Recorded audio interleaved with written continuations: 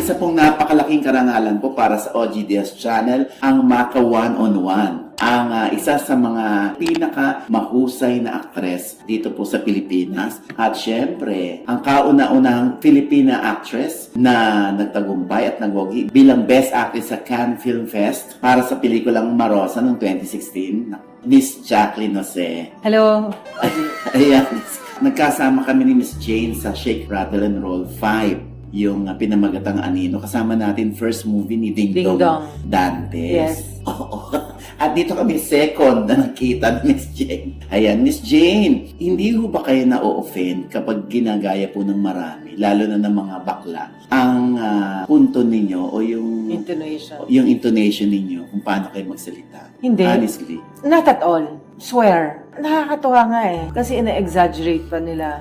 Siyempre, ganun talaga. Ka-level ko na sila, Ate V, Guy, at iba pa na ginagaya sa stage. Bakit ka ma-offend? That's, flattering.